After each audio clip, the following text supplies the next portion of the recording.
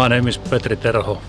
My name is Jonne Syrjälä, and the car behind us was built by him.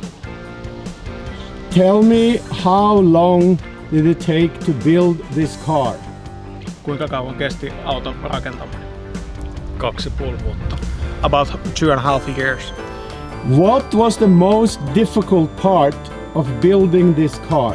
Mikä oli kaikkein vaikein osa auton rakentamisessa?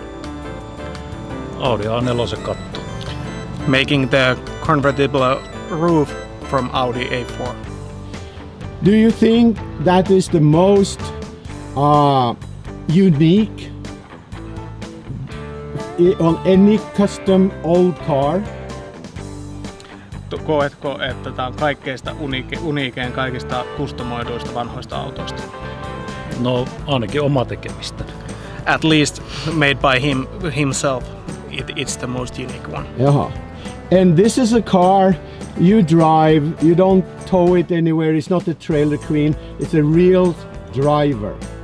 Niin, että auto on myös ihan niin kuin tehty ajettavaksi, että sitä ei viedä hinaamalla minnekään, vaan että se on tehty ajettavaksi. Kyllä, ajo varten. Yes, it's made for driving. And why don't you prove that and drive out of here? Ja mikset vaikka todista sitä ajamalla auto tästä pois ja nyt sä voit lähteä Okei. ajaa sitä. Fast, no, both of you, go. Niin. Go.